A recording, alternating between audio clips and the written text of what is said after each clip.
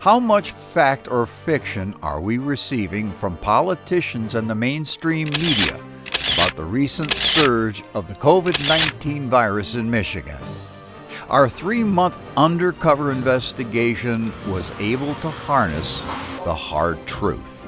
We began our operation on September 3rd, 2020, just before the beginning of COVID-19's biggest and most deadly surge, according to the CDC and the governor of Michigan. It continued through Thanksgiving and the Christmas holidays. Armed with hidden cameras and audio equipment, our investigators set up inside a small manufacturing plant located in the Detroit area. The shop employed 63 workers, ran 2 10-hour shifts 6 days a week. Collectively, they came from a population that surrounded the factory by a radius of about 60 miles, and that included 2 major cities.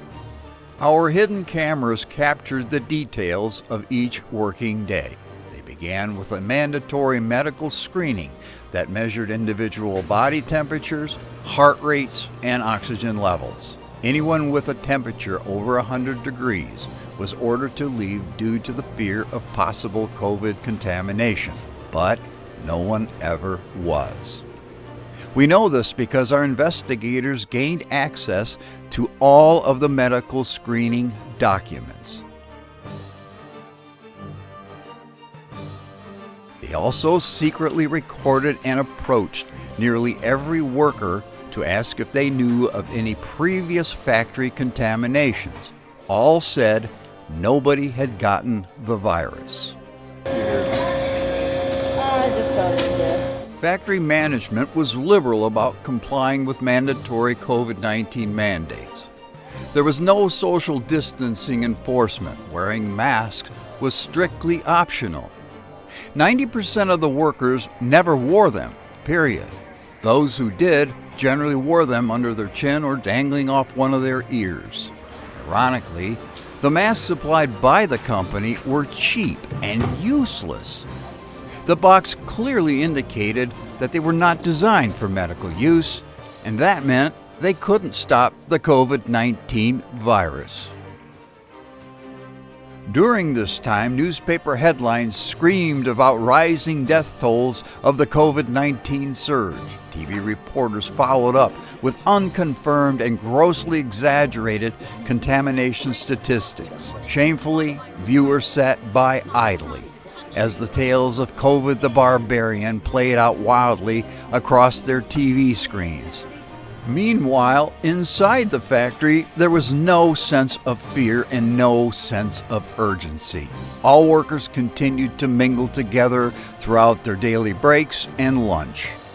For Christmas, the plant owners provided a glorious holiday dinner where the 2 combined shifts ate and mingled together for hours.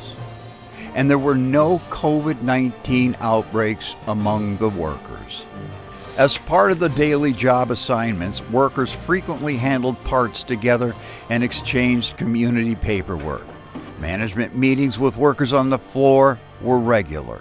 No social distancing was enforced. Only 3 employees ever claimed to have had contact with an outside COVID victim. They were immediately tested, and the results returned negative. To make certain that we were not missing anything, our investigators were able to speak with a high-level plant manager who confirmed emphatically they never had a single reported case of COVID-19 in their facility. Not one. What we would have to, yes, if they come back to positive, or we haven't had anybody that's had it. If they did, they would have been required to formally notify all shop employees in writing and implement an immediate quarantine. Company records confirmed to us they were telling the truth. During the Thanksgiving weekend and over Christmas, many of the workers spent time with their family members and friends. Some traveled. All of them returned safely, were screened at the door over and over again for the next 3 weeks. There were no irregularities in their pre-work screenings. There were no detections of any COVID contaminations whatsoever. either symptomatic or asymptomatic, based on our extensive investigation. Imagine that. According to the CDC, one infected person can spread to 144 others. They, in turn, will infect more people at the same rate. Even the governor and the mainstream media warned us of the contagion rate daily. So what are the odds of not one single person in the plant contracting COVID-19 during the largest pandemic surge in American history? That included 2 major holidays. Now answer that. Additionally, our investigators canvassed neighborhood businesses, and they too had no occurrences of COVID-19 during the same period of time. Now, what are the chances of that? Our governor refuses to explain the cause of the surge, assuming that there even was one. Nor will she reveal the sources of her scientific data, calling for a near shutdown of the entire state of Michigan. Sadly, few people are brave enough to question her about it. But we are. Truth be told, folks, COVID the Barbarian is more myth than fact. In spite of its contagion rate, only about 1.7% of COVID-19 victims actually die, and that's pathetically low. A recent study published by Johns Hopkins University concluded the COVID-19 virus had no impact on the annual national death rate in 2020. As far as the COVID-19 surge is concerned, our study indicates it never occurred.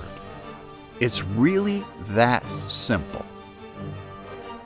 Clearly, with millions of dollars being poured into the elaborate fear campaign based on fraudulent statistics and flat-out lies about the virus itself, one has to assume there is more to this bug than a meager cough. Our advice to you is simple.